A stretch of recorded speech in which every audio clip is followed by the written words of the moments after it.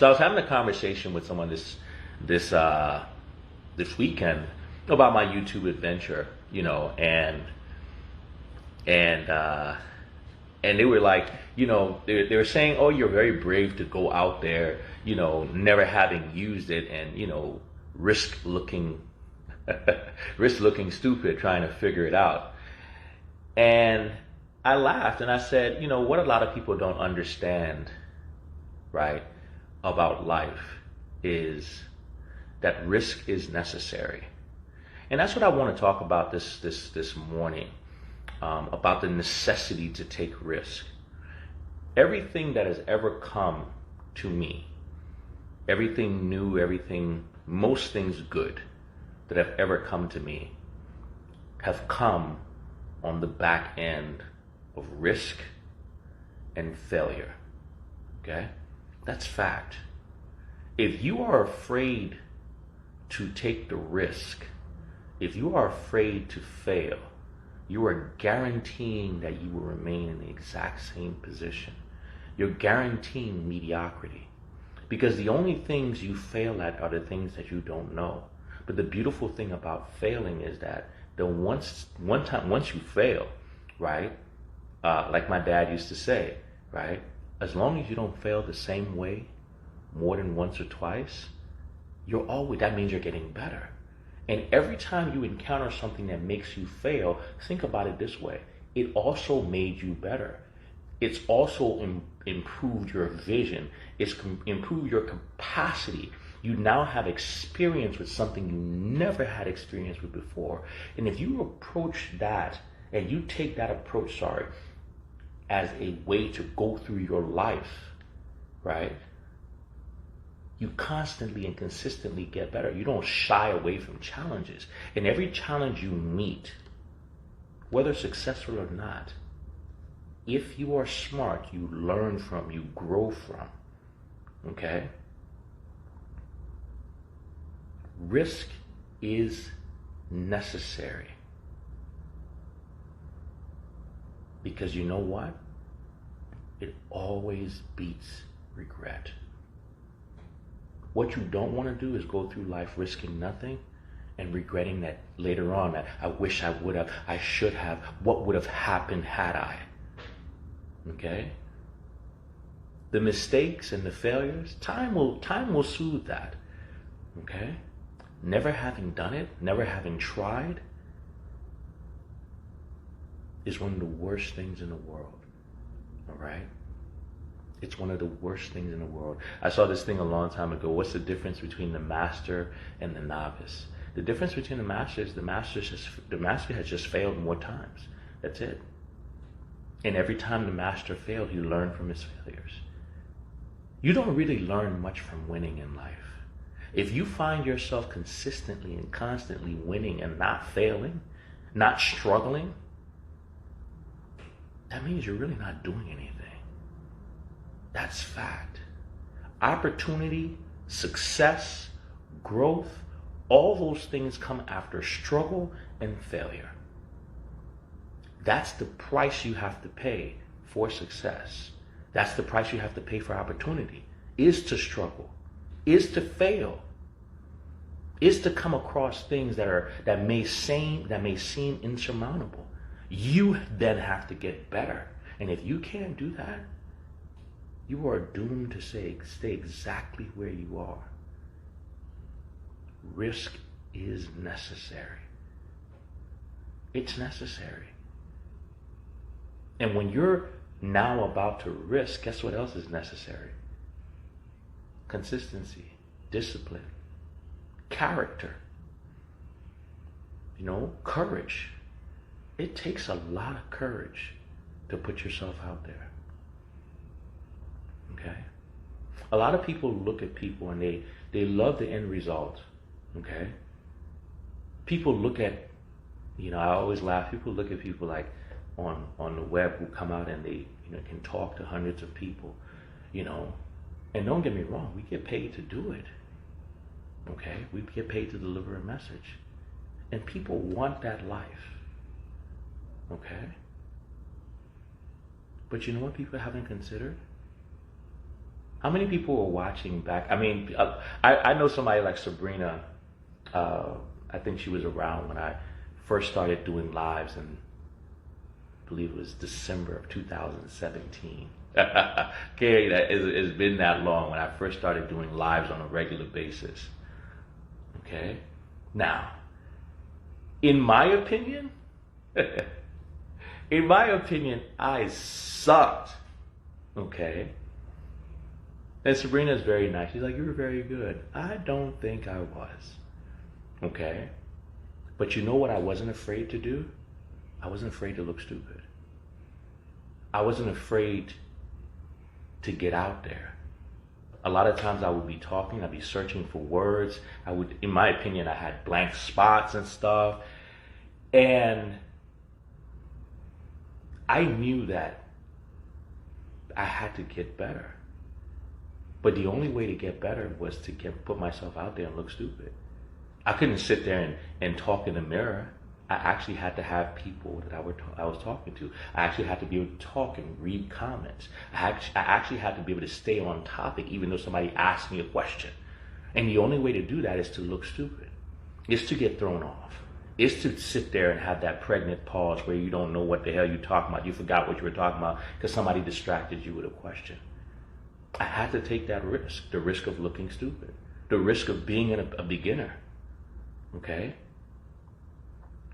I had to ask people, how can I get better?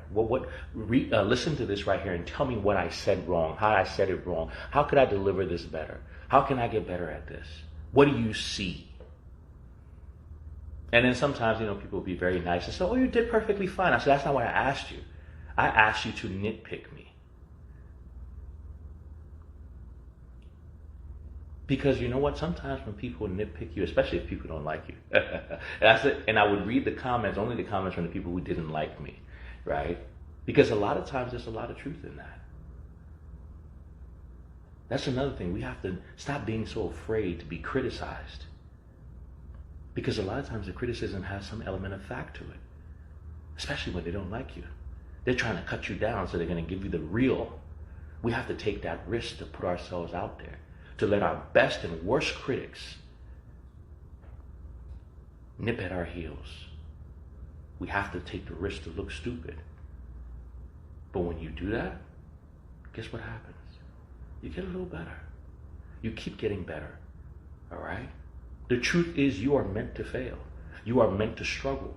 You are meant to be rejected. You are meant to get embarrassed, okay? If you want to be great, you will never find your greatness on the path of least resistance. You're going to have to go through the weeds, through the thorns, through the vines. You're going to have to claw and scratch. You're going to fall down. You're going to look stupid. All right? But then you're going to come across opportunities that weren't presented to you before. Okay? Why will you see those opportunities? Why are these opportunities coming about? They were always there. But you have to go through the failures. You have to gain a different level of perspective about life. You have to get better. It's almost like you're standing on the ground. You can't see all the opportunities. But the more you strive, the more you work, guess what? You keep elevating yourself, and now your perspective changes. Now you can see more. You see the opportunities. And if you're smart, right, you see the opportunities that aren't even really apparent. Like I always say, success belongs to those who can recognize opportunity before it becomes obvious. But in order to do that, you have to go through the weeds. Okay? Karen says you have to crawl before you walk. Sometimes when you actually learn how to walk, it's going to knock you back down to your knees. So you're going to have to learn how to crawl again. Crawl different, stand up different, walk different, stride different. None of that happens unless you're willing to take that initial risk. And when you get smacked in the mouth, to keep going. Risk is necessary. Ask yourself, what would you actually do, right, if you knew you could not fail? I always ask that question, okay? Because I think that's the biggest thing that holds people back is this fear of failing, this fear of looking stupid, this fear of not being enough. What would you do? Because I see myself right now, and I laugh. I'm working on a couple of goals that I was explaining to someone, and it seems incredible. But to me, it's not far-fetched. Why? Because I've taken certain actions over the period of time where I know that if I did this, I did this, I did this, right? This is very possible. The problem is the average person who thinks mediocre would never have done the first one. They wouldn't have taken the risk. They would have settled right there. So it seems so far-fetched. But is it really? No. It's not really at all. It's the process. It's the process of taking risk. It's the process of growing yourself. It's the process of gaining a new perspective, gaining new respect for yourself, realizing your capacity. It's amazing what happens when you take risk. You start to see a different person. I always tell people, attaining a goal, when you take risks, when you put a task in front of yourself, attaining that goal is not so much about the goal itself. It's about what it does to you, okay? Taking that risk and failing, right? And then coming back, retooling, and doing it again and succeeding. It's not even about succeeding at that, okay? It's not even about succeeding at that. It's about what it does to your psyche when you risked something. When you accomplish something that you once thought you could not do, and then you turn around and do it, it puts a little starch in your spine, you know? I always remember the first time I'm pretty sure it happened before then, but one of the things that was most monumental to me about trying stuff, right, and not being afraid, right, was back when I was a kid trying to learn to do this stupid dunk that I saw in a dunk contest. And the first time I tried it, I literally almost broke my neck. But I didn't give up. I broke it down into sections, and I literally spent hours working on it. And then guess what happened? Boom, I did it. And what was once an impossible thing, I could do. And I could do it with such ease. Was it really impossible? Or did I just not take the time to learn it? The things that you think right now that are so impossible, are they really impossible? Look around you. Look at the people who are doing it. Are those people really better than you? Or do those people they just tried?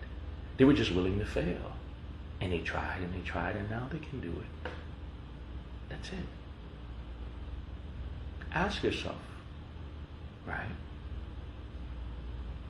What would you do if you knew you couldn't fail? Someone says, there is that too, Matthew.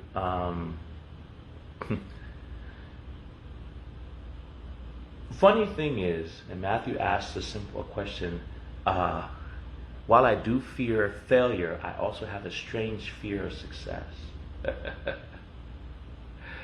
And had you asked me that question, Matthew, 20 years ago, right? I might have said, that's BS. Nobody fears being successful. I've actually encountered people who fear success.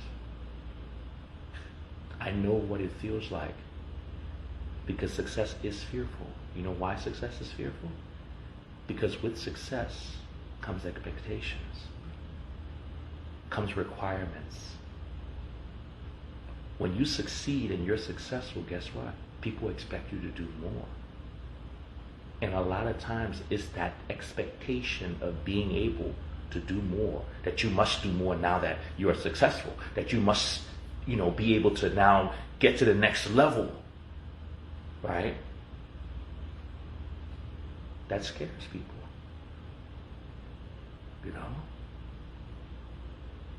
We saw it. I mean, the funny thing is, let's be real, right? And a lot of times this expectation, these added expectations are being heaped on you by people who aren't doing anything themselves. And you feel this obligation to yourself to prove to them that you're worthy of the success. But then a lot of times you put the pressure on yourself, and rightfully so, because you know what? If you did that, you can do more. All right. We just saw it the other day, and I laughed about it. We saw it the other day with this kid, Steph Curry. And the basic demands that people were putting, that in order for him to make himself or solidify himself as one of the best ever, he had to win a Finals MVP. Mind you now, this man is the greatest shooter ever played, right? He is undersized, not athletic, and he's literally a phenom on the basketball court. But because he has been so successful and has raised the bar to this unrealistic level, it's never enough. People are expecting him to do more. Why? Because he is more. And so yes, those expectations can make you scared. Those expectations come with success. And you have to be able to embrace those things, because the truth is, factually, if he can do that, he can do more. Does he have to? No. But he can. And that knowledge that you can and that you're expected to can be fearful. But you know what? It can also be encouraging. Because that's what I use it for. I use mine for encouragement. If I can do that, what else can I do? Right? If he can do that, what else can he do? Can you imagine what else he's capable of? Since he's capable of doing that? So we always have to have our own gauge and our own valve. All right?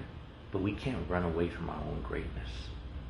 We can't let the fear of failure and the fear of success, or the fear of what other people may expect from us once we succeed at one, that we must be able to succeed. We can't let that hold us back. You have to satisfy your own desire. Okay? And if you succeed at one thing and you are perfectly fine with not pushing further, right? Even though you know you may have more in you, then okay. But make sure that that is the case. But one thing I do know is that most people who, once they achieve something, it lights a fire for them to do more.